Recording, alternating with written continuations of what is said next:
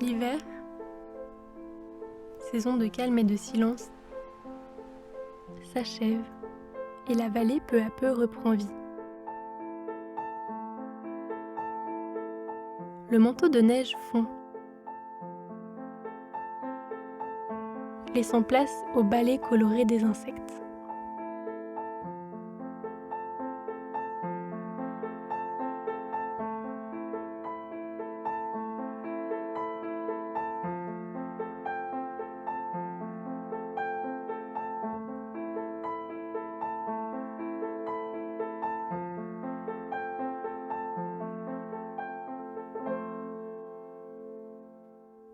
Parmi eux, la danse des papillons en vol a de quoi nous captiver.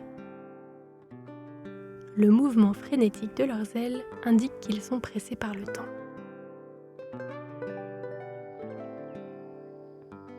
Chaque jour est une nouvelle opportunité pour eux de s'abreuver du nectar des fleurs et y trouver l'énergie nécessaire pour assurer leur reproduction, garantissant ainsi la pérennité de l'espèce. Mais ceci n'est pas sans risque. Et certains prédateurs, comme cette araignée crabe, a appris à guetter au bon endroit.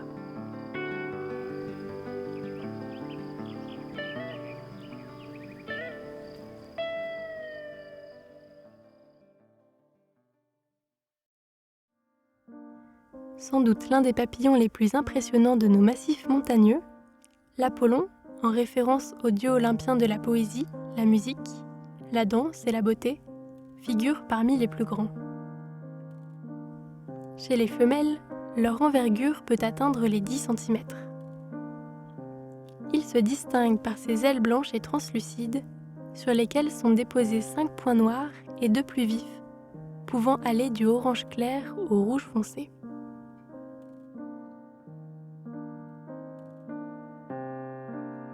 On retrouve l'Apollon entre 1000 et 2300 mètres d'altitude. Vous remarquerez qu'il a une préférence pour les fleurs de montagne violacées, telles que les chardons ou les scabieuses.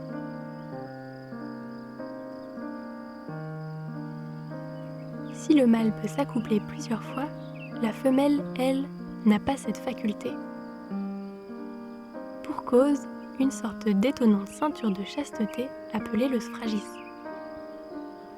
Sécrété par le mâle lors du premier accouplement, ce bouchon empêchera les autres d'avoir accès aux parties génitales de la femelle.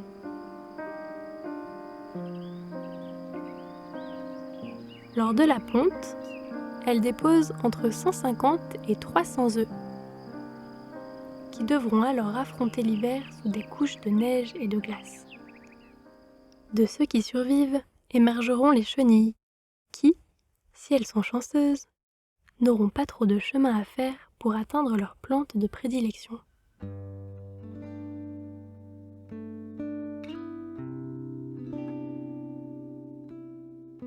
Au menu, orpin, joubarbe ou encore saxifrage.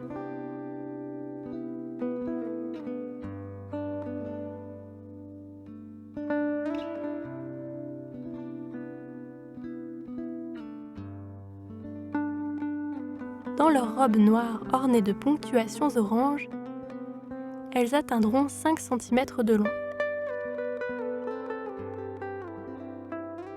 Puis, elles se transformeront en chrysalides discrètes avant d'entamer leur métamorphose pour enfin pouvoir s'envoler.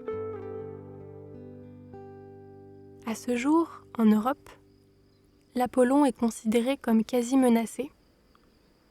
Ses besoins d'habitat et de climat sont précis, et l'urbanisation et le changement climatique ne cessent de mettre en péril les populations déjà en déclin. Laurence Després, au laboratoire d'écologie alpine, utilise des méthodes génétiques afin de retracer son histoire et tenter de prédire son avenir.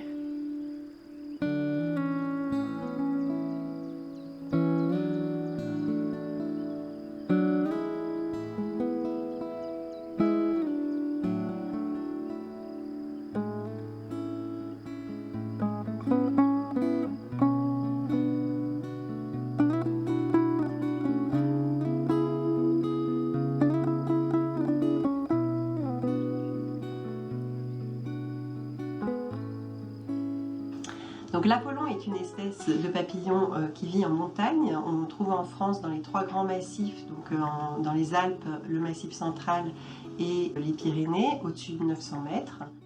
Donc, sachant que les habitats actuels de l'Apollon n'étaient pas disponibles durant le dernier maximum glaciaire, donc il y a à peu près 20 000 ans, on peut se poser la question où était-il, puisque ces habitats actuels étaient sous une épaisse couche de glace. Et d'autre part, on peut aussi se poser la question, que va-t-il advenir de l'Apollon étant donné l'accélération du réchauffement climatique actuel? Donc si on se projette dans le futur, où est-ce qu'on va trouver l'Apollon et est-ce qu'il va être capable de s'adapter à ce changement climatique? Alors pour répondre à ces 2 questions, on peut comparer les compositions génétiques des populations actuelles et essayer donc de reconstituer leur histoire. Où était l'Apollon pendant le dernier maximum glaciaire? Qu'est-ce qui lui est arrivé ensuite au moment du réchauffement donc de l'Holocène, il y a 6000 ans? Et que va-t-il lui arriver d'un point de vue génétique dans les années qui vont venir, étant donné le réchauffement climatique inédit qu'on connaît actuellement? Alors les résultats génétiques montrent une très forte structuration par massif, donc chaque massif a une composition génétique différente, et ce qui est étonnant, c'est que l'ensemble des Alpes est très peu différencié génétiquement. C'était inattendu puisque les populations dans les Alpes sont les populations les plus grandes, et pourtant d'un point de vue génétique, toutes les populations se ressemblent beaucoup. Ce qu'on peut interpréter comme étant le résultat d'une colonisation récente de ce massif à partir du massif du Jura, puisque la partie nord du massif du Jura est restée sans glace pendant tout le dernier maximum glaciaire. Alors ce qu'on voit sur cette carte, c'est qu'il y a des populations qui sont actuellement bien adaptées à un climat chaud et sec, et puis d'autres populations adaptées à un climat froid et humide. Et si on projette ce qui va se passer dans le futur, donc en s'appuyant sur les modèles proposés par le GIEC, on s'aperçoit qu'il y a des endroits dans l'aire de distribution, notamment dans les Cévennes, Ardèche et puis dans le sud des Alpes, où les populations d'Apollon vont rencontrer des conditions climatiques inédites pour l'espèce, donc on ne sait pas du tout ce qui va se passer pour l'espèce dans ces endroits-là. Et puis d'autres endroits où il va falloir vraiment un apport d'allèles adaptés au chaud, notamment dans les Alpes du Nord et le Jura, pour que l'espèce puisse se maintenir dans ses habitats actuels. On voit qu'il est très important de maintenir une bonne connectivité paysagère et donc un flux d'individus entre les populations pour que ces gènes qui sont adaptés à des conditions climatiques différentes puissent migrer pour permettre le maintien des populations d'Apollon sur l'ensemble de son aire actuelle de distribution.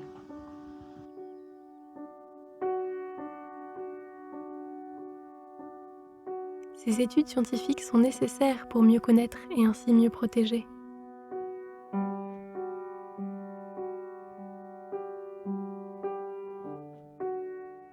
Le respect et la bonne conservation de son habitat naturel sont essentiels pour que l'on puisse continuer de s'émerveiller devant sa danse aérienne, rythmée par les saisons.